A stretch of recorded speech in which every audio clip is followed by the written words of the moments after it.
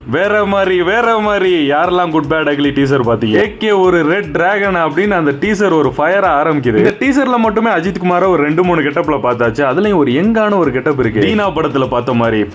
இந்த டீசர்ல பில்லா look, Dheena look மாதிரி அஜித் குமார பல கெட்டப்ல காமிச்சு மிரட்டி விட்டுருக்காப்ல ஆத்விக் ரவிச்சந்திரன். இந்த ஒரு 1.5 நிமிஷம் டீசர் கிளிப்ல தெரியுது இது ஒரு கண்டிப்பா மாஸ் என்டர்டெய்னிங் மூவியா இருக்க போகுது. இந்த ஒரு டயலாக் சூப்பரா இருந்துச்சு. நம்ம எவ்வளவுதான் குட்டா இருந்தாலும் இந்த உலகம் நம்மள பேட் ஆக்குது.